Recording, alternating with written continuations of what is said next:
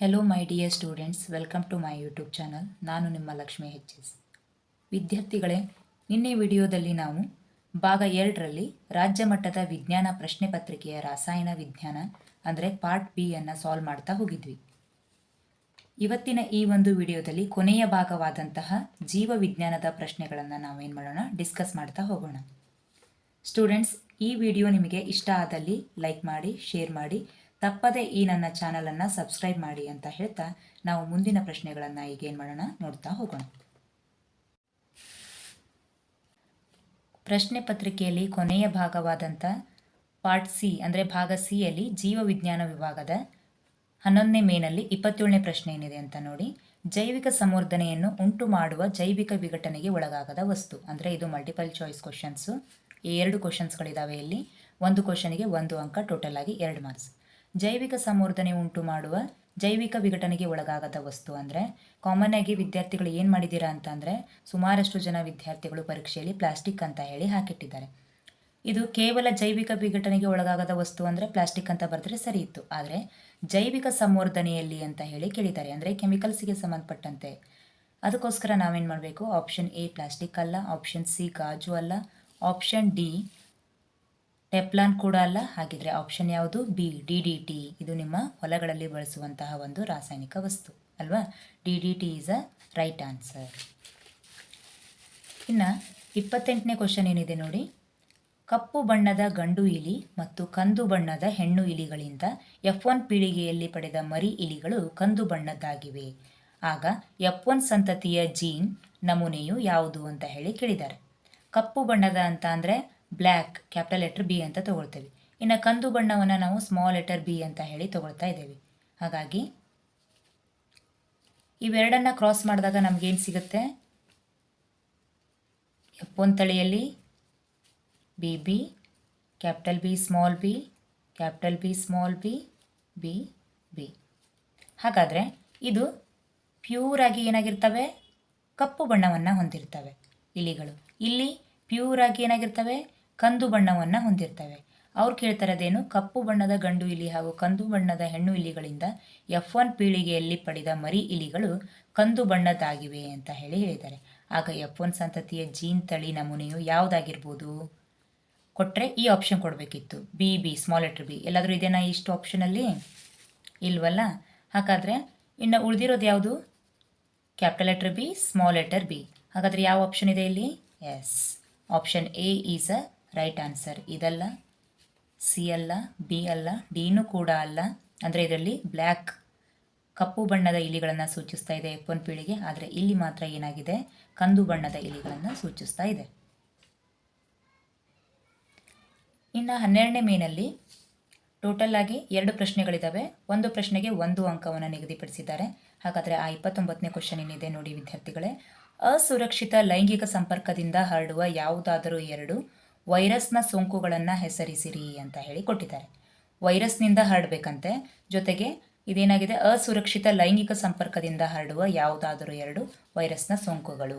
HIV, ಇನ್ನೊಂದು ಪ್ರಜನಾಂಗಗಳ ಮೇಲೆ ಗುಳ್ಳೆಗಳು. ಗೊನೋರಿಯಾ, ಸಿಫಿಲಿಸ್ ಕೂಡ ಹೌದು, ಆದರೆ ಇವು ಬ್ಯಾಕ್ಟೀರಿಯಾದಿಂದ ಹರಡ್ತವೆ. ಇನ್ನು 30ನೇ ಪ್ರಶ್ನೆ ಏನಿದೆ ನೋಡಿ. ನರಾವೇಗಗಳ ನಿರಂತರ ಸಾಗಾಣಿಕೆಗೆ ಸಂಸರ್ಗದ ಪಾತ್ರ ಪ್ರಮುಖವಾಗಿದೆ, ಹೇಗೆ ಅಂತ ಹೇಳಿ ಕೇಳಿದ್ದಾರೆ. ಈ ಸಂಸರ್ಗ ಅಂತಂದರೆ ಒಂದು ನರಕೋಶದ ತುದಿಯಿಂದ ಮತ್ತೊಂದು ನರಕೋಶದ ತುದಿಯ ಮಧ್ಯೆ ಇರುವಂಥ ಒಂದು ಸಣ್ಣ ಗ್ಯಾಪ್ ನಡುವೆ ಏನು ಮಾಡುತ್ತೆ? ಈ ಸಂಸರ್ಗವು ಇರುತ್ತೆ. ಹಾಗಾದರೆ ಈ ಸಂಸರ್ಗವು ವಿದ್ಯುತ್ ಆವೇಶಗಳನ್ನು ರಾಸಾಯನಿಕ ಸಂಕೇತವಾಗಿ ಪರಿವರ್ತನೆಯಾಗಲು ಇರುವ ತಾಣ ಹಾಗೂ ನರಾವೇಗವನ್ನು ವಿತರಿಸುತ್ತದೆ. ಇದೇನು ಮಾಡುತ್ತೆ? ಸಂಸರ್ಗ ವಿದ್ಯುತ್ ಆವೇಶಗಳನ್ನು ಬಂದಿರುವಂತಹ ವಿದ್ಯುತ್ ಆವೇಶಗಳನ್ನು ಏನು ಮಾಡುತ್ತೆ? ಒಂದು ನರಕೋಶದಿಂದ ಮತ್ತೊಂದು ನರಕೋಶಕ್ಕೆ, ಅಂದರೆ ನರಕೋಶದ ತುದಿಗೆ ಇದು ಅದನ್ನು ರಾಸಾಯನಿಕ ಸಂಕೇತವಾಗಿ ಪರಿವರ್ತನೆ ಮಾಡುತ್ತೆ ಅಥವಾ ಮಾರ್ಪಾಡು ಮಾಡುತ್ತೆ. ಇನ್ನು 13ನೇ ಮೇನಲ್ಲಿ 2 ಅಂಕದ 3 ಪ್ರಶ್ನೆಗಳನ್ನು ಕೇಳಿದ್ದಾರೆ. ಟೋಟಲ್ ಆಗಿ 6 ಮಾರ್ಕ್ಸ್ ಇದೆ. 31ನೇ ಪ್ರಶ್ನೆ ಹೀಗಿದೆ ನೋಡಿ. ನೆಫ್ರಾನ್ನ ರಚನೆಯನ್ನು ತೋರಿಸುವ ಚಿತ್ರವನ್ನು ಬರೆಯಿರಿ ಅಂತ ಹೇಳಿ ಕೊಟ್ಟಿದ್ದಾರೆ. ಕೇವಲ ಚಿತ್ರ ಕೊಟ್ಟಿದ್ದಾರೆ ಅಂತ ಹೇಳಿ ಭಾಗಗಳನ್ನು ಗುರುತಿಸದೆ ಬಿಡಂಗಿಲ್ಲ. ನೆನಪಿರಲಿ ಮಕ್ಕಳೇ, ನಿಮಗೆ ಯಾವತ್ತೂ ಕೂಡ ಚಿತ್ರ ಅಂತ ಕೇಳಿದ್ದಾರೆ ಅಂದರೆ ಭಾಗಗಳನ್ನು ನೀವೇ ಗುರುತಿಸಬೇಕು. ಅದು ಎಷ್ಟು ಅಂಕಕ್ಕೆ ಚಿತ್ರಗಳನ್ನು ನೀಡಿದ್ದಾರೆ ಅನ್ನೋದ್ರ ಮೇಲೆ ಅಷ್ಟು ಭಾಗಗಳನ್ನು ನೀವು ಗುರುತಿಸಬೇಕಾಗತ್ತೆ. ಉದಾಹರಣೆಗೆ ಇದು 2 ಮಾರ್ಕ್ಸಿನ ಪ್ರಶ್ನೆ ಅಲ್ವಾ. ಇಲ್ಲಿ ಕಂಪಲ್ಸರಿ ನೀವೇನು ಮಾಡಬೇಕು, ಕನಿಷ್ಠ ಪಕ್ಷ 2 ಭಾಗಗಳನ್ನಾದರೂ ಗುರುತಿಸಬೇಕು. ಚಿತ್ರಕ್ಕೆ 1 ಅಂಕವನ್ನು ಕೊಟ್ಟರೆ 2 ಭಾಗಗಳಿಗೆ ಸೇರಿ 1 ಅಂಕವನ್ನು ಕೊಡ್ತಾರೆ. ಹಾಗಾಗಿ ಟೋಟಲ್ ಆಗಿ 2 ಮಾರ್ಕ್ಸ್ ಆಯಿತು. ನೀವು ಇಲ್ಲಿ ಕೊಟ್ಟಿರುವಂತಹ ಅಂಕಗಳನ್ನು ನೋಡಿಕೊಂಡು ಏನು ಮಾಡಬೇಕು, ಚಿತ್ರವನ್ನು ರಚನೆ ಮಾಡಿ ಭಾಗಗಳನ್ನು ಗುರುತಿಸಬೇಕು. ಗೊತ್ತಿದ್ದರೆ ಹೆಚ್ಚಿಗೆ ಭಾಗಗಳನ್ನೇ ಗುರುತಿಸಿ ಬನ್ನಿ. ಹೇಗಿದ್ರೂ ಕಲ್ತಿರ್ತೀರಿ, ಯಾವುದೇ ರೀತಿ ತೊಂದರೆ ಆಗೋದಿಲ್ಲ. ನೆಫ್ರಾನ್ ರಚನೆಯ ಚಿತ್ರ. ಬಹಳಷ್ಟು ವಿದ್ಯಾರ್ಥಿಗಳು ಈ ಚಿತ್ರವನ್ನು ತೆಗಿಬೇಕಾದ್ರೆ ಅವ್ರಿಗೆ ಬಿಡಿಸೋಕೆ ಬರೋದಿಲ್ಲ, ತುಂಬ ಕಾಂಪ್ಲಿಕೇಟೆಡ್ ಇದೆ ಅಂತ ಹೇಳಿ ಅಂದ್ಕೊಳ್ತೀರಿ. ಏನಿಲ್ಲ, ಈ ಚಿತ್ರ ತೆಗಿಬೇಕಾದ್ರೆ ನಾವೇನು ಮಾಡಬೇಕು, ಮರ ನೋಡಿದಿರಲ್ವ ವಿದ್ಯಾರ್ಥಿಗಳೇ ನೀವು? ಎಸ್, ಆ ಮರದ ಕೊಂಬೆಗಳನ್ನು ಸವರಿದಾಗ ಅಂದರೆ ಕಟ್ ಮಾಡಿದಾಗ ಏನಾಗಿರುತ್ತೆ, ಈ ರೀತಿ ಕಾಣಿಸ್ತಾ ಇರುತ್ತಲ್ವ, ಅದೇ ರೀತಿ ಇದನ್ನೇನು ಮಾಡಬೇಕು, ಮರದ ರೀತಿ ಬಿಡಿಸ್ಕೋಬೇಕು. ಅದರಿಂದ ಏನು ಮಾಡಬೇಕು, ಈ ರೀತಿ ಲೋಮನಾಳಗಳನ್ನು ತೆಕ್ಕೊಂಬರಬೇಕು. ಅವುಗಳನ್ನ ತೊಗೊಂಬಂದು ಇಲ್ಲಿ ಹೇಗೆ ಸಿಕ್ಕೊಂಡಿದ್ದಾವಲ್ವ, ಗಂಟು ಗಂಟಾಗಿ ಸಿಲುಕಿರುವ ಥರ ಅವನ್ನೇನು ಮಾಡಬೇಕು, ಬಿಡಿಸ್ಬೇಕು. ಆಮೇಲೆ ಇದಕ್ಕೆ ಇಲ್ಲಿ ಕಂಪಲ್ಸರಿ ಏನು ಮಾಡಬೇಕು, ಇದಿಷ್ಟು ಚಿತ್ರದಲ್ಲಿ ಬಹುಮಾನನ ಕೋಶ ವೆರಿ ವೆರಿ ಇಂಪಾರ್ಟೆಂಟ್. ಈ ಭಾಗವನ್ನು ನೀವು ಗುರುತಿಸಲೇಬೇಕು. ಆ ಭಾಗವನ್ನು ನೀವೇನು ಮಾಡಿರಿ, ಚಿತ್ರಿಸ್ರಿ. ಕೊನೆಗೆ ಎಷ್ಟು ಭಾಗಗಳು, 2 ಮಾರ್ಕ್ಸ್ ಕೇಳಿದ್ರಲ್ಲೋ ಪ್ರಶ್ನೆ, ಕನಿಷ್ಠ ಪಕ್ಷ ನೀವೇನು ಮಾಡಿರಿ, 2 ಭಾಗಗಳನ್ನು ಗುರುತಿಸಬೇಕು. ಆದರೆ ನೀವು 4 ಭಾಗಗಳನ್ನು ಗುರುತಿಸಿಟ್ಟು ಬಂದರೆ ನಿಮಗೆ ಚಲೋ. ಹಾಗಾಗಿ ಮೊದಲೇದು ಇದನ್ನು ಸಂಗ್ರಾಹಕ ನಾಳ ಅಂತ ಹೇಳ್ತೀವಿ. ಇದು ನೆಫ್ರಾನ್ನ ಕೊಳವೆ ಆಕಾರದ ಭಾಗ. ನೋಡಲಿಕ್ಕೆ ಪೈಪ್ ಥರ ಇದೆ ಅಲ್ವಾ, ಅದು ಕರ್ಲ್ ಆಗಿದೆ, ಹಾಗಾಗಿ ಕೊಳವೆ ಆಕಾರದ ಭಾಗ. ಇನ್ನು ಇವುಗಳು ಏನಾಗಿದ್ದಾವೆ, ಲೋಮನಾಳಗಳು ಈ ಭಾಗಗಳು. ಇದು ರಿನಲ್ ಅಭಿಧಮನಿಯ ಕವಲು, ರಿನಲ್ ಅಪಧಮನಿಯ ಕವಲು. ಆಮೇಲೆ ಇಲ್ಲಿ ಬೌಮನನ ಕೋಶ ಅಂತ ಹೇಳಿ ಕರಿತೇವೆ ಈ ಹೊರಗಡೆ ಇಷ್ಟು ಭಾಗವನ್ನು. ಅದ್ರ ಒಳಗಡೆ ಇರುವಂಥದ್ದನ್ನು ನಾವು ಗ್ಲಾಮರುಲಸ್. ಇನ್ನು ಅದಕ್ಕೆ ಸಂಬಂಧಪಟ್ಟಿರುವ ಮತ್ತೊಂದು ಭಾಗ ಯಾವುದು, ರಿನಲ್ ಅಪಧಮನಿಯ ಕವಲು. ಇದಿಷ್ಟರಲ್ಲಿ ನೀವು ಕನಿಷ್ಠ ಪಕ್ಷ 4 ಭಾಗಗಳನ್ನಾದರೂ ಗುರುತಿಸ್ರಿ. 2 ಭಾಗ ಕಂಪಲ್ಸರಿ. ಟೋಟಲ್ ಆಗಿ ನೀವು 2ಕ್ಕೆ 2 ಅಂಕಗಳನ್ನು ಗಳಿಸ್ಬೋದು. ಇನ್ನು ಅದರಲ್ಲಿ ಕೊಟ್ಟಿರುವ 32ನೇ ಪ್ರಶ್ನೆ, ಅದರಲ್ಲಿ ಎ ಮತ್ತು ಬಿ ಎರಡಿದ್ದಾವೆ. ಮೊದಲೇದು ಎದಲ್ಲಿ ಪೋಷಣಾ ಸ್ತರಗಳು ಎಂದರೇನು, ಬಿ 3 ಪೋಷಣಾ ಸ್ತರಗಳಿರುವಂತಹ ಹುಲ್ಲುಗಾವಲು ಆಹಾರ ಸರಪಳಿಯನ್ನು ರಚಿಸಿರಿ. ಪೋಷಣಾ ಸ್ತರ ಅಂದರೆ ಆಹಾರ ಸರಪಳಿಯ ಪ್ರತಿಯೊಂದು ಹಂತ ಅಥವಾ ಮಟ್ಟವನ್ನು ಪೋಷಣಾ ಸ್ತರ ಎನ್ನುವರು. ಒಂದು ಆಹಾರ ಸರಪಳಿ ಇದೆ, ಆ ಆಹಾರ ಸರಪಳಿಯ ಪ್ರತಿಯೊಂದು ಹಂತ ಸ್ಟೆಪ್ ವೈಸ್ ಸ್ಟೆಪ್ ಬರ್ತಾ ಹೋಗುತ್ತವಲ್ವ, ಒಂದು ಮತ್ತೊಂದು ಜೀವಿ ಮೇಲೆ ಅವಲಂಬನೆಯಾಗಿರುತ್ತೆ, ಆ ಜೀವಿ ಇನ್ನೊಂದು ಜೀವಿಯ ಮೇಲೆ ಅವಲಂಬನೆ ಆಗಿರುತ್ತೆ. ಹೀಗೆ ಪ್ರತಿಯೊಂದು ಹಂತ ಅಥವಾ ಮಟ್ಟವನ್ನು ನಾವು ಪೋಷಣಾ ಸ್ತರಗಳು ಅಂತ ಹೇಳಿ ಕರಿತೀವಿ. ಅದಕ್ಕೆ ಉದಾಹರಣೆಯಾಗಿ ನಾವೇನು ತೊಗೊಂಡಿದ್ದೀವಿ, ಪೋಷಣಾ ಸ್ತರ 1, 2, 3 ಅಂತ ಹೇಳಿ. ಹುಲ್ಲನ್ನು ಯಾರು ತಿಂತಾರೆ, ಜಿಂಕೆಯನ್ನು ಯಾರು ತಿಂತಾರೆ, ಸಿಂಹ ಅಥವಾ ಹುಲಿ ಅಂದರೆ ಮಾಂಸಾಹಾರಿ ಪ್ರಾಣಿಗಳು. ಹುಲ್ಲನ್ನು ಏನು ಮಾಡ್ತವೆ, ಸಸ್ಯಾಹಾರಿ ಪ್ರಾಣಿಗಳು ತಿಂತವೆ, ಸಸ್ಯಾಹಾರಿ ಪ್ರಾಣಿಗಳನ್ನು ಮಾಂಸಾಹಾರಿ ಪ್ರಾಣಿಗಳು ತಿಂತವೆ. ಇಲ್ಲಿ ಮೆನ್ಷನ್ ಮಾಡಿದ್ದಾರೆ ಪರ್ಟಿಕ್ಯುಲರ್ ಏನಂತ ಹೇಳಿ, ಹುಲ್ಲುಗಾವಲು ಆಹಾರ ಸರಪಳಿ ಅಂತ ಹೇಳಿ. ಹಾಗಾಗಿನೇ ಎಲ್ಲ ಸರಪಳಿಗಳಿದ್ರೂ ಕೂಡ ನಾನೇನು ಮಾಡಿದೆ, ಹುಲ್ಲು ಸಸ್ಯಾಹಾರಿ ಮಾಂಸಾಹಾರಿ ತೊಗೊಂಡಿರೋಕ್ಕೆ ಕಾರಣ ಏನು ಅಂದರೆ ಹುಲ್ಲುಗಾವಲು ಆಹಾರ ಸರಪಳಿ ಕೇಳಿದ್ರೋದ್ರಿಂದ. 33ನೇ ಪ್ರಶ್ನೆ, ಇಮ್ಮಡಿ ಪರಿಚಲನೆ ಎಂದರೇನು, ಈ ಪ್ರಕ್ರಿಯೆಯ 2 ಅನುಕೂಲಗಳನ್ನು ತಿಳಿಸಿ ಅಂತ ಕೊಟ್ಟಿದ್ದಾರೆ. ಇಮ್ಮಡಿ ಹೆಸರಲ್ಲಿದೆ, ಇಮ್ಮಡಿ ಅಂತ ಅಂದರೆ 2 ಅಂತ ಹೇಳಿ, ಪರಿಚಲನೆ ಅಂತ ಅಂದರೆ ಹರಿಯುವುದು ಅಂದರೆ ಸಾಗುವುದು, ಚಲನೆ ಆಗುವುದು ಅಂತ ಹೇಳಿ, 2 ಬಾರಿ ಚಲನೆ ಆಗುವುದು. ಇಮ್ಮಡಿ ಪರಿಚಲನೆ ಎಂದರೇನು ಅಂದರೆ ದೇಹದಲ್ಲಿ ಹೃದಯಕ್ಕೆ 2 ಬಾರಿ ರಕ್ತ ಬಂದು ಹಾದು ಹೋಗೋದನ್ನು ನಾವು ಇಮ್ಮಡಿ ಪರಿಚಲನೆ ಅಂತ ಹೇಳಿ ಕರಿತೇವೆ. ಆದರೆ ಅದನ್ನು ನಾವು ಯಾವ ರೀತಿ ಬರಿಬೇಕು, ದೇಹದಲ್ಲಿ ಒಂದು ಪರಿಚಲನೆಯನ್ನು ಪೂರ್ತಿ ಮಾಡಲು ರಕ್ತವು 2 ಬಾರಿ ಹೃದಯವನ್ನು ಹಾದು ಹೋಗುವ ವಿದ್ಯಮಾನವನ್ನು ಇಮ್ಮಡಿ ಪರಿಚಲನೆ ಎನ್ನುವರು. ದೇಹದಲ್ಲಿ ಒಂದು ಪರಿಚಲನೆ, ಕಂಪ್ಲೀಟಾಗಿ ಒಂದು ಪರಿಚಲನೆ ಆಗಬೇಕಾದ್ರೆ, ಪೂರ್ತಿ ಆಗೋಕ್ಕೆ ರಕ್ತ ಏನು ಮಾಡುತ್ತೆ, ನಮ್ಮ ದೇಹದಲ್ಲಿರೋದು 2 ಬಾರಿ ಹೃದಯವನ್ನು ಹಾದು ಹೋಗುವ ವಿದ್ಯಮಾನವನ್ನು ನಾವು ಇಮ್ಮಡಿ ಪರಿಚಲನೆ ಅಂತ ಹೇಳಿ ಕರಿತೇವೆ. ಅದರ ಮಹತ್ವ ಏನು, ದೇಹದ ಎಲ್ಲ ಅಂಗಗಳಿಗೂ ಸಾಕಷ್ಟು ಆಕ್ಸಿಜನ್ ಯುಕ್ತ ರಕ್ತವನ್ನು ಪೂರೈಕೆ ಮಾಡುತ್ತೆ. ಸ್ತನಿಗಳಲ್ಲಿ ಹಾಗೂ ಪಕ್ಷಿಗಳಲ್ಲಿ ಇದರಿಂದಾಗಿ ದೊರಕುವ ಅಧಿಕ ಶಕ್ತಿಯು ಅವುಗಳ ದೇಹದ ಉಷ್ಣತೆಯನ್ನು ಕಾಪಾಡಿಕೊಳ್ಳಲು ಬಳಕೆಯಾಗುತ್ತದೆ.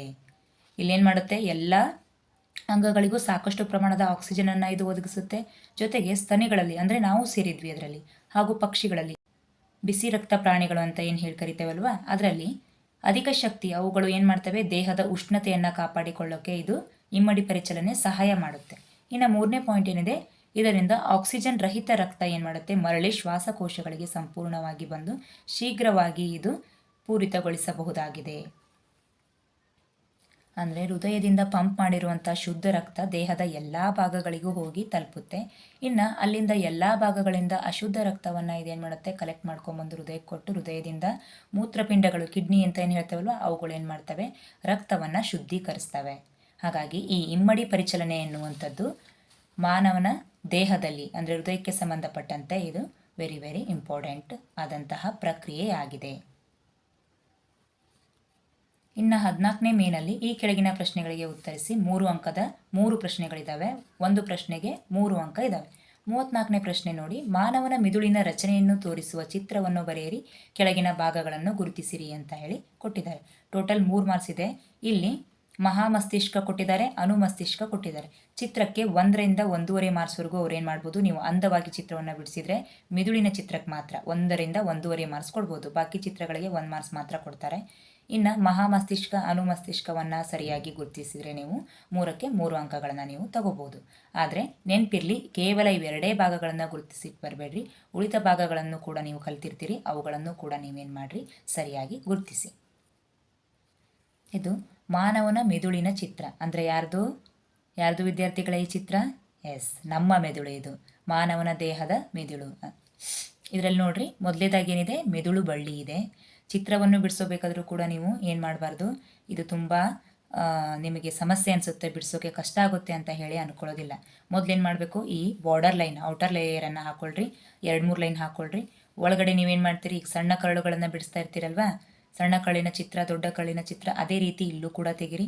ಆಮೇಲೆ ಒಳಗಡೆ ಈ ಭಾಗಗಳನ್ನು ಗುರುತಿಸಿ.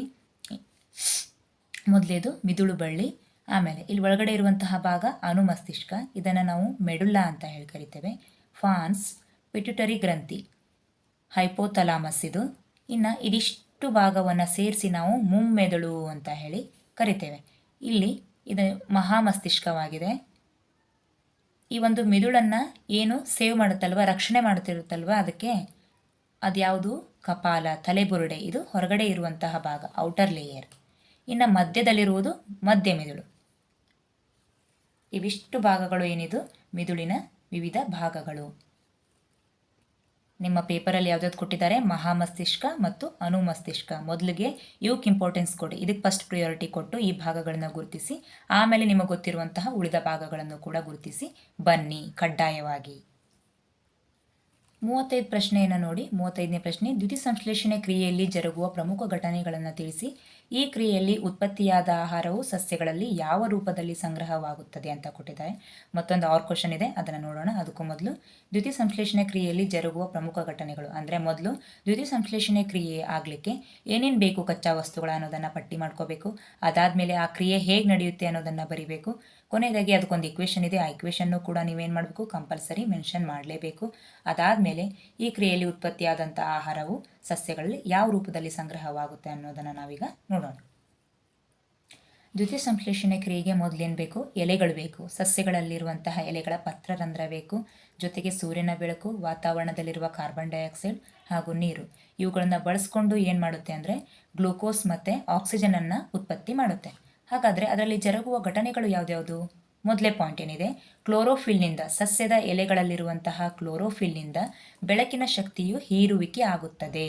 ಇವು ಇಲ್ಲಿ ಕೊಟ್ಟಿರುವಂತಹ 4 ಪಾಯಿಂಟ್ಸನ್ನು ನೀವು ಸರಿಯಾಗಿ ಬರೆದ್ರಿ ಅಂದರೆ ಈ ಪಾಯಿಂಟ್ಸನ್ನು ಏನು ಮಾಡಬೇಕು, ಸ್ವಲ್ಪ ಎಕ್ಸ್ಪ್ಲೇನ್ ಮಾಡಿ ಬರಿಬೇಕು ನಿಮ್ಮ ಮಾತುಗಳಲ್ಲಿ. ಕ್ಲೋರೋಫಿಲ್, ಸಸ್ಯಗಳ ಎಲೆಗಳೊಳಗಿರುವಂತಹ ಕ್ಲೋರೋಫಿಲ್ ಏನು ಮಾಡುತ್ತೆ, ಸೂರ್ಯನಿಂದ ಬರುವಂತಹ ಬೆಳಕಿನ ಶಕ್ತಿಯನ್ನು ಹೀರಿಕೆ ಮಾಡಿಕೊಳ್ಳುತ್ತೆ. 2ನೇ ಪಾಯಿಂಟ್ ನೋಡಿ, ಆಗ ಬೆಳಕಿನ ಶಕ್ತಿ ಏನಾಗ್ಬೋದು, ಆ ಬೆಳಕಿನ ಶಕ್ತಿ ಇರೋದು ಸಸ್ಯಗಳ ಎಲೆಗಳಿಗೆ ಬಂದಾದ ಮೇಲೆ ಅದು ರಾಸಾಯನಿಕ ಶಕ್ತಿಯಾಗಿ ಪರಿವರ್ತನೆ ಆಗುತ್ತೆ. 3ನೇ ಪಾಯಿಂಟ್ ಏನು, ನೀರಿನ ಅಣುಗಳು ಹೈಡ್ರೋಜನ್ ಮತ್ತು ಆಕ್ಸಿಜನ್ ಅಣುಗಳಾಗಿ ವಿಭಜಿಸಲ್ಪಡ್ತವೆ. H2O ಅಂತ ಇರುತ್ತಲ್ವ, ಅದರಲ್ಲಿ H ಮತ್ತು O ಸಪ್ರೇಟ್ ಅಣುಗಳಾಗ್ತವೆ. 4ನೇ ಪಾಯಿಂಟು, ಕಾರ್ಬನ್ ಡೈಆಕ್ಸೈಡ್ ಏನಿದೆ ಅದು ಕಾರ್ಬೋಹೈಡ್ರೇಟ್ ಆಗಿ ಅಪಕರ್ಷಿಸಲ್ಪಡುತ್ತದೆ. ಇನ್ನು ಅದಕ್ಕೊಂದು ಇಕ್ವೇಷನ್ ಇದೆ ಅಂತ ಹೇಳಿದೆ. ಇವು 4 ಪಾಯಿಂಟನ್ನು ನೀವು ಏನು ಮಾಡಬೇಕು, ತಪ್ಪದೇ ಬರೀಬೇಕು. ಇದರಲ್ಲಿ ಏನು ದೊಡ್ಡ ವಿಷಯ ಇಲ್ಲ ನೋಡ್ರಿ. ಸಸ್ಯಗಳ ಎಲೆಗಳಂತೂ ನಿಮಗೆ ಗೊತ್ತಿದೆ, ಆ ಎಲೆಗಳೊಳಗೆ ಕ್ಲೋರೋಫಿಲ್ ಇರುತ್ತೆ, ಅದು ಬೆಳಕಿನ ಶಕ್ತಿಯನ್ನು ಹೀರ್ಕೊಳ್ಳುತ್ತೆ, ಸೂರ್ಯನ ಕಿರಣಗಳನ್ನು ಹೀರ್ಕೊಳ್ಳುತ್ತೆ. ಆ ಸೂರ್ಯನ ಕಿರಣಗಳು ಅಂದರೆ ಬೆಳಕಿನ ಶಕ್ತಿ ರಾಸಾಯನಿಕ ಶಕ್ತಿ ಆಗುತ್ತೆ. ಆಮೇಲೆ ನೀರು ಬೇಕಲ್ವ ಇದಕ್ಕೆ, ದ್ಯುತಿಸಂಶ್ಲೇಷಣೆ ಕ್ರಿಯೆಗೆ, ಸಸ್ಯಗಳ ಆಹಾರ ತಯಾರಿಕೆ ಮಾಡ್ಕೊಳ್ಳೋದಕ್ಕೆ.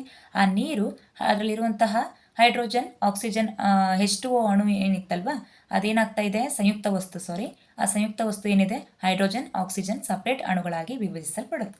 ಇನ್ನು ಕಾರ್ಬನ್ ಡೈಆಕ್ಸೈಡು ಕಾರ್ಬೋಹೈಡ್ರೇಟ್ ಆಗುತ್ತೆ. ಆ ಇಕ್ವೇಷನ್ ಯಾವುದು ಅಂದರೆ ವಾತಾವರಣದಲ್ಲಿರುವಂತಹ 6 ಪ್ರಮಾಣದಲ್ಲಿ ಕಾರ್ಬನ್ ಡೈಆಕ್ಸೈಡನ್ನು ತಗೊಂಡು 12 ಪ್ರಮಾಣದಲ್ಲಿ ನೀರನ್ನು ಬಳಸಿಕೊಂಡು ಸಸ್ಯದ ಎಲೆಗಳಲ್ಲಿರುವಂತಹ ಕ್ಲೋರೋಫಿಲ್ಲು ಸೌರ ಬೆಳಕನ್ನು ಹೀರಿಕೊಂಡು ಇದು ಗ್ಲೂಕೋಸನ್ನು ತಯಾರಿ ಮಾಡುತ್ತದೆ. ಜೊತೆಗೆ ಅಷ್ಟೇ ಅಲ್ಲ, ನಮಗೆ ಉಸಿರಾಟಕ್ಕೆ ಬೇಕಾಗಿರುವಂತಹ ಪ್ರಾಣವಾಯುವಾದ ಆಕ್ಸಿಜನ್ನನ್ನು ಕೂಡ ಇದು ಉತ್ಪತ್ತಿ ಮಾಡುತ್ತೆ. ಜೊತೆಗೆ ನೀರನ್ನು ಕೂಡ ಇದು ಉತ್ಪತ್ತಿ ಮಾಡುತ್ತೆ. ಹಾಗಾಗಿ ಈ ಕ್ರಿಯೆಯಲ್ಲಿ ಉತ್ಪತ್ತಿಯಾದಂಥ ಆಹಾರವು ಪಿಷ್ಟ ಅಥವಾ ಗ್ಲೂಕೋಸ್ ರೂಪದಲ್ಲಿ ಸಸ್ಯಗಳಲ್ಲಿ ಸಂಗ್ರಹವಾಗುತ್ತದೆ.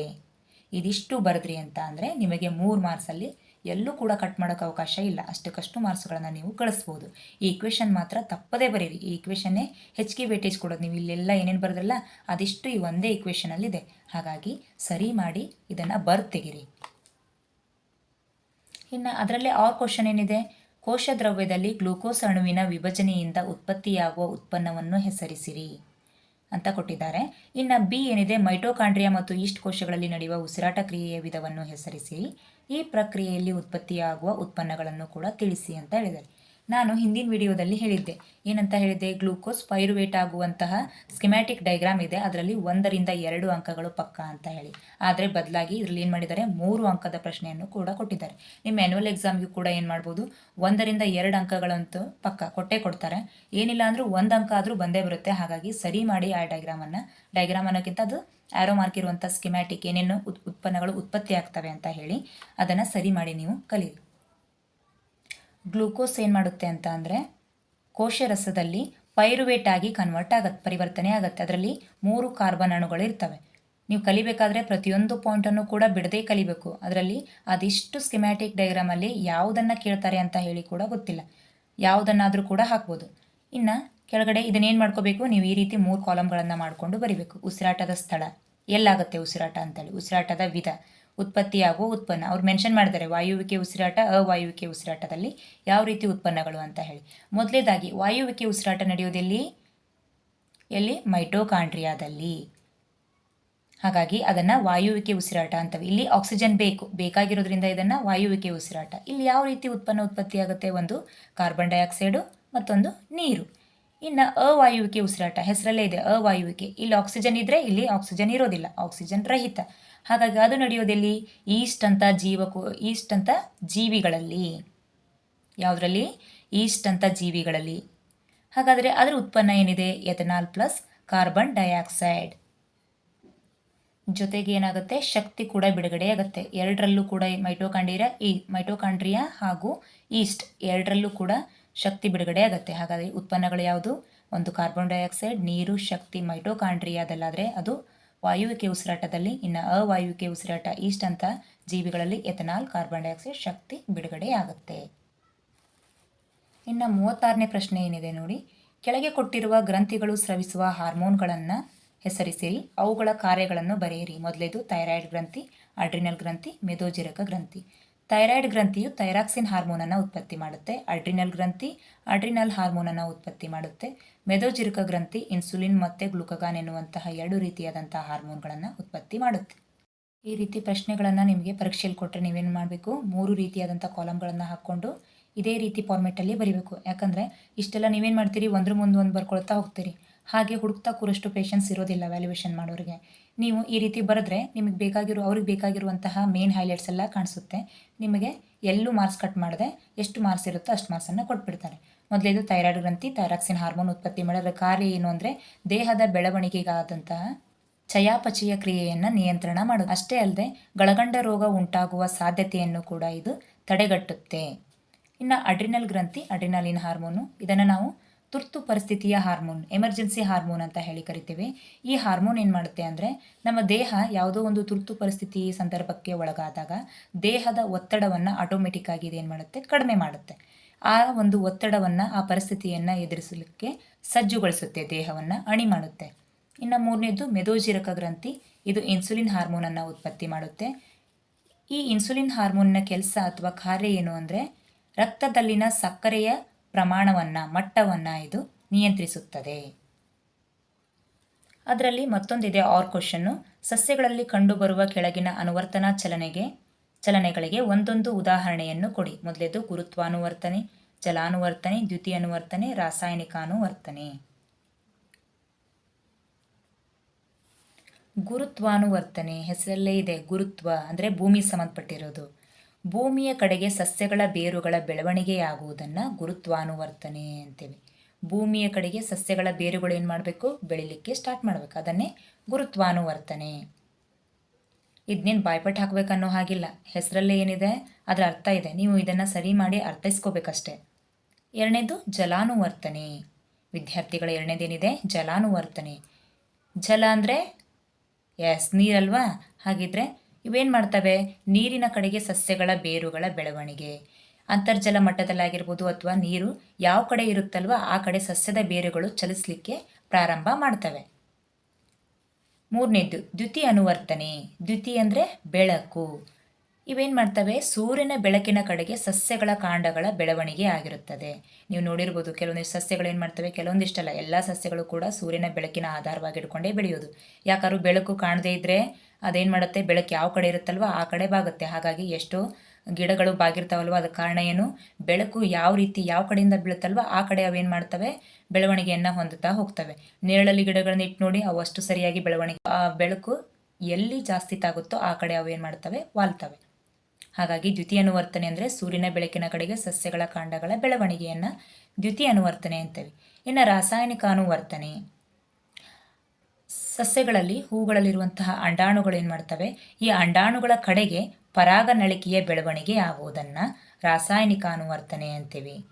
ಮಕ್ಕಳೇ ಸರಿ ಮಾಡಿ ನೋಡ್ಕೊಳ್ರಿ. ಅಂಡಾಣುಗಳ ಕಡೆಗೆ ಪರಾಗನಳಿಕೆಯ ಬೆಳವಣಿಗೆ ಆಗುವುದನ್ನು, ಪರಾಗನಳಿಕೆ ಅಂತ ಅಂದರೆ ಇದು ಗಂಡು ಭಾಗಕ್ಕೆ ಸಂಬಂಧಪಟ್ಟಿರುವಂಥದ್ದು, ಕೇಸರ ಭಾಗಕ್ಕೆ. ಅಂಡಾಣು ಅಂದರೆ ಹೆಣ್ಣು ಭಾಗಕ್ಕೆ, ಹೂವಿನಲ್ಲಿರುವಂತಹ ಹೆಣ್ಣು ಭಾಗಕ್ಕೆ ಸಂಬಂಧಪಟ್ಟಿರುವಂತಹ ಭಾಗ. ಈ ಪರಾಗನಳಿಕೆ ಏನು ಮಾಡುತ್ತೆ, ಅಂಡಾಣುಗಳ ಕಡೆಗೆ ಬೆಳವಣಿಗೆ ಆಗಲಿಕ್ಕೆ ಸ್ಟಾರ್ಟ್ ಮಾಡುತ್ತೆ. ಇದನ್ನೇ ನಾವು ರಾಸಾಯನಿಕ ಅನುವರ್ತನೆ ಅಂತ ಹೇಳಿ ಕರಿತೇವೆ. ಅದರಲ್ಲಿ ಮತ್ತೊಂದು ಕ್ವಶನನ್ನು ಕೊಟ್ಟಿದ್ದಾರೆ, ಬಿ ಕ್ವಶನ್ನು. ಪರಾವರ್ತಿತ ಪ್ರತಿಕ್ರಿಯೆಗಳನ್ನು ನಿಯಂತ್ರಿಸುವ ಕೇಂದ್ರ ನರವ್ಯೂಹದ ಭಾಗವನ್ನು ಹೆಸರಿಸಿರಿ ಅಂತ ಇದೆ. ಪರಾವರ್ತಿತ ಪ್ರತಿಕ್ರಿಯೆಗಳನ್ನು ನಿಯಂತ್ರಿಸುವ ಕೇಂದ್ರ ನರವ್ಯೂಹದ ಭಾಗವನ್ನು ಹೆಸರಿಸಿರಿ ಅಂತ ಇದೆ. ಆ ಭಾಗ ಯಾವುದು, ಮಿದುಳು ಬಳ್ಳಿ.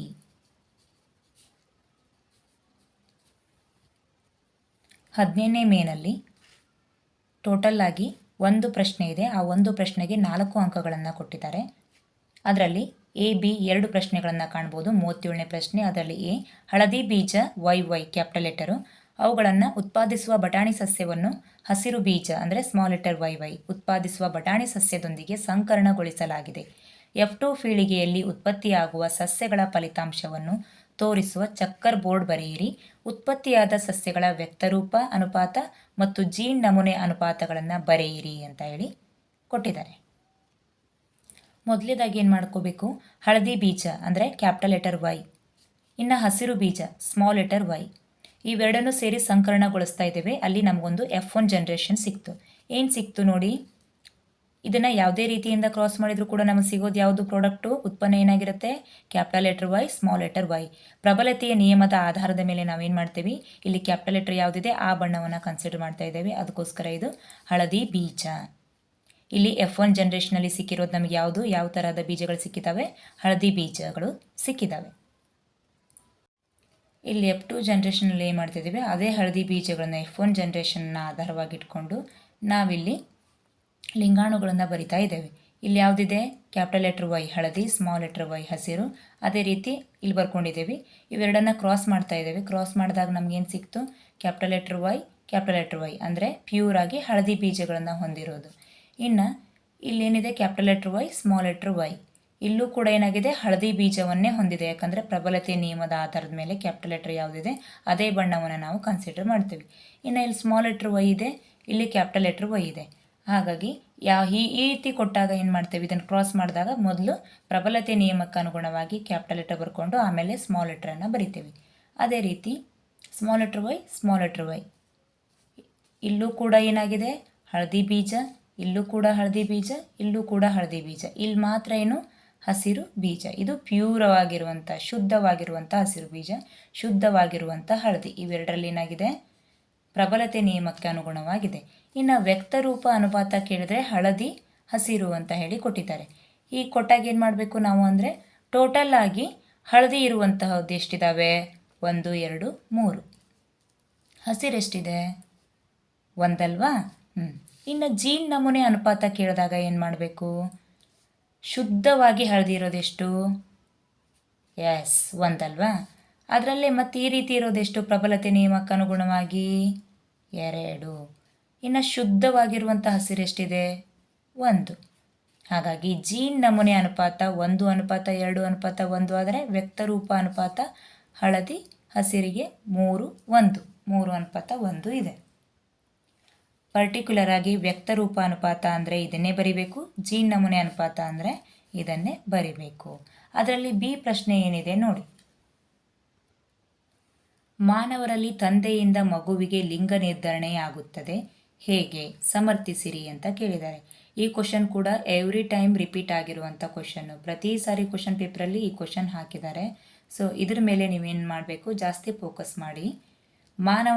ಮಾನವರಲ್ಲಿ ತಂದೆಯಿಂದ ಮಗುವಿನ ಲಿಂಗ ನಿರ್ಧರಣೆ ಅಂದರೆ ಹುಟ್ಟುವಂತಹ ಮಗುವಿಗೆ, ಜನಿಸುವ ಮಗುವಿಗೆ ಅದರ ಲಿಂಗ ನಿರ್ಧರಣೆಗೆ ತಂದೆಯೇ ಮೇನ್ ಕಾರಣ ಆಗಿರ್ತಾನೆ. ಹೇಗೆ ಅದನ್ನು ನೀವೇನು ಮಾಡಬೇಕು? ವಿವರಿಸಬೇಕು. ವಿದ್ಯಾರ್ಥಿಗಳೇ, ನೆನಪಿನಲ್ಲಿಟ್ಕೊಳ್ಳಿ, ತಾಯಿಯಲ್ಲಿ ಯಾವಾಗಲೂ ಕೂಡ XX ವರ್ಣತಂತುಗಳು ಹೊಂದಿರ್ತಾರೆ. ಇನ್ನು ತಂದೆಯಲ್ಲಿ ಏನಾಗಿರುತ್ತೆ? X ಮತ್ತು Y ಎರಡೂ ವರ್ಣತಂತುಗಳನ್ನು ಹೊಂದಿರ್ತಾರೆ.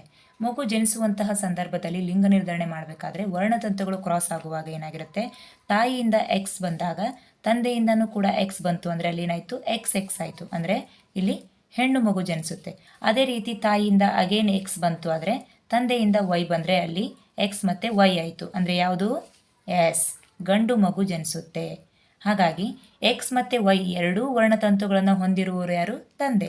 ತಾಯಿಯಲ್ಲಿ ಕೇವಲ XX ವರ್ಣತಂತುಗಳು ಇರ್ತವೆ.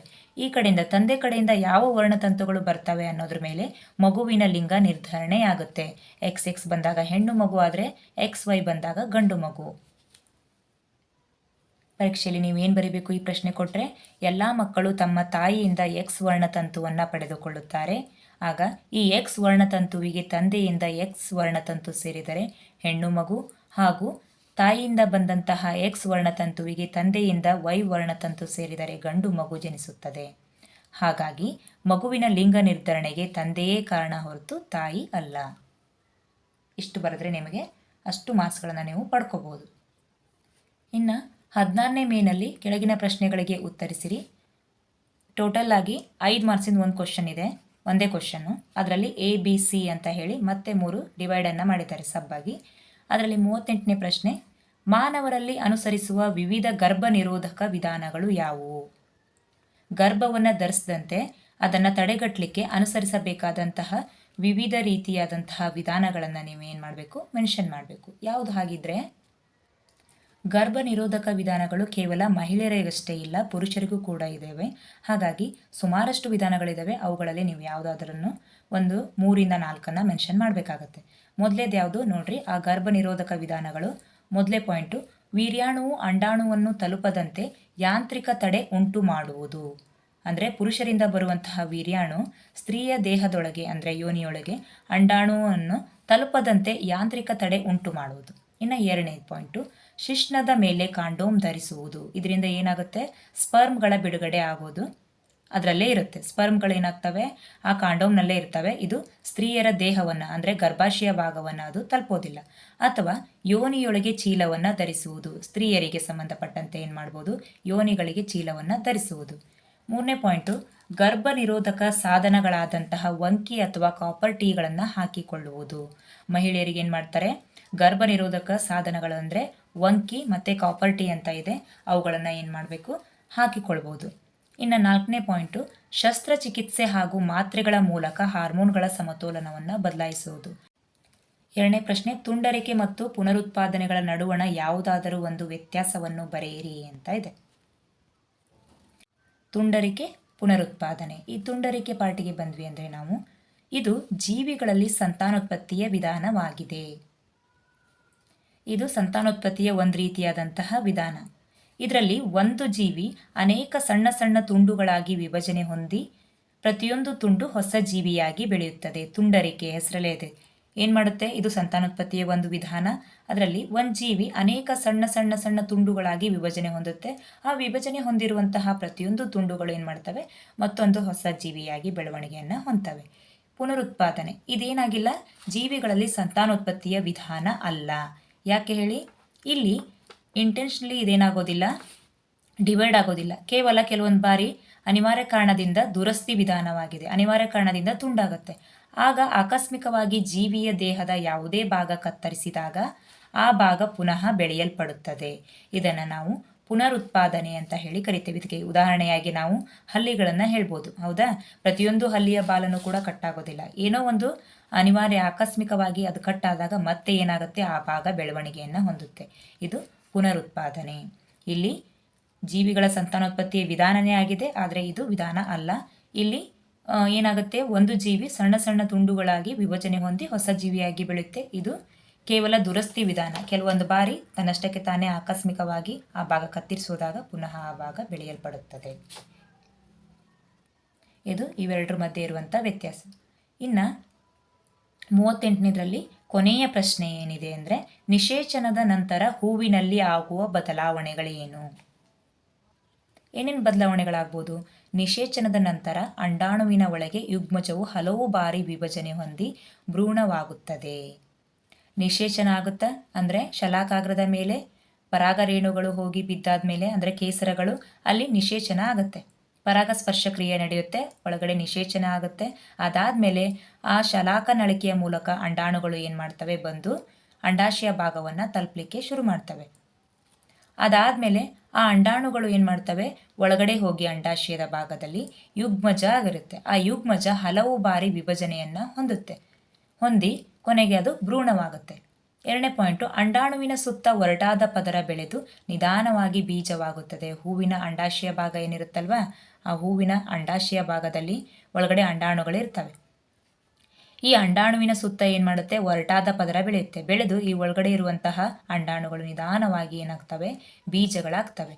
ಇನ್ನು 3ನೇ ಪಾಯಿಂಟು, ಪುಷ್ಪದಳ, ಪತ್ರ, ಕೇಸರ, ಶಲಾಕ ನಳಿಕೆ ಮತ್ತು ಶಲಾಕಾಗ್ರ ಸುಕ್ಕಾಗಿ ಉದುರಿ ಹೋಗುತ್ತವೆ. ನೀವು ನೋಡಿರ್ಬೋದು, ಮೊದಲು ಹೂವಾಗಿದ್ದಾಗ ಫ್ರೆಶ್ ಆಗಿ ಹೂವು ಅರಳಿರುತ್ತಲ್ವ, ಮೊಗ್ಗು ಹೂವಾಗಿರುತ್ತೆ.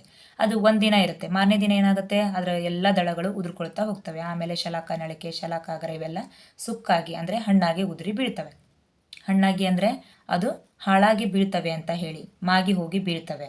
ಇನ್ನು ಕೊನೆಯ ಪಾಯಿಂಟ್ ಏನು, ಅಂಡಾಶಯ. ಈ ಅಂಡಾಶಯ ಕ್ಷಿಪ್ರವಾಗಿ ಬೆಳೆದು ಹಣ್ಣಾಗುತ್ತದೆ. ಅಂಡಾಶಯ ಹಣ್ಣಾದರೆ ಅದರೊಳಗಡೆ ಇರುವಂತಹ ಅಂಡಾಣುಗಳ ಸುತ್ತ ಒರಟಾದ ಪದರ ಬೆಳೆದು ಅವುಗಳು ಬೀಜಗಳಾಗ್ತವೆ. ಇನ್ನು ಇಲ್ಲಿರುವಂತಹ ಪುಷ್ಪದಳ, ಕೇಸರ, ಶಲಾಕ ನಳಿಕೆ, ಶಲಾಕಾಗ್ರಗಳು ಸುಕ್ಕಾಗಿ ಉದುರಿ ಹೋಗ್ತವೆ. ಇವಿಷ್ಟು ಪಾಯಿಂಟನ್ನು ಬರೆದ್ರಿ ಅಂತ ಅಂದರೆ ಇದರಲ್ಲಿ ABC 3 ಇದೆ.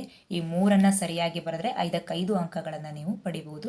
ಈ ಎನ್ಯುವಲ್ ಎಕ್ಸಾಮ್ಗೂ ಕೂಡ ಈ ರೀತಿಯಾದಂಥ ಪ್ರಶ್ನೆಗಳು ಬೀಳುವಂಥ ಸಾಧ್ಯತೆ ಹೆಚ್ಚಿದೆ.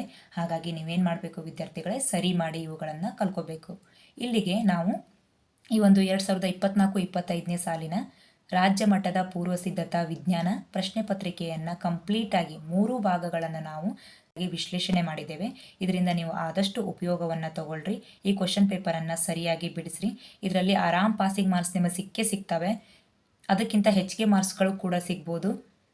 ಇದನ್ನು ಸರಿ ಮಾಡಿ ಓದ್ಕೊಳ್ರಿ ಅಂತ ಹೇಳ್ತಾ, ಇವತ್ತಿನ ಈ ವಿಡಿಯೋ ಲೈಕ್ ಆದಲ್ಲಿ ತಪ್ಪದೆ ನೀವೇನು ಮಾಡಿರಿ, ಈ ಒಂದು ವಿಡಿಯೋಕ್ಕೆ ಲೈಕನ್ನು ಕೊಡಿ. ಹಾಗೆ ಈ ಒಂದು ಚಾನಲನ್ನು ಸಬ್ಸ್ಕ್ರೈಬ್ ಮಾಡಿ. ಮುಂದಿನ ವಿಡಿಯೋದಲ್ಲಿ ನಾವು ಪ್ರಮುಖ ವ್ಯತ್ಯಾಸಗಳನ್ನು ಡಿಸ್ಕಸ್ ಮಾಡ್ತಾ ಹೋಗೋಣ. ಅಲ್ಲಿವರೆಗೂ ಕಾಯ್ತಾ ಇರಿ, ಚೆನ್ನಾಗಿ ಓದ್ಕೊಳ್ರಿ. ಈ ಪರೀಕ್ಷೆಗೆ ಎಲ್ಲ ಪರೀಕ್ಷೆಗಳನ್ನು ಚೆನ್ನಾಗಿ ಬರೀರಿ ವಿದ್ಯಾರ್ಥಿಗಳೇ ಅಂತ ಹೇಳ್ತಾ, ಇಷ್ಟೊತ್ತು ವಾಚ್ ಮಾಡಿದ್ದಕ್ಕಾಗಿ ಥ್ಯಾಂಕ್ ಯು.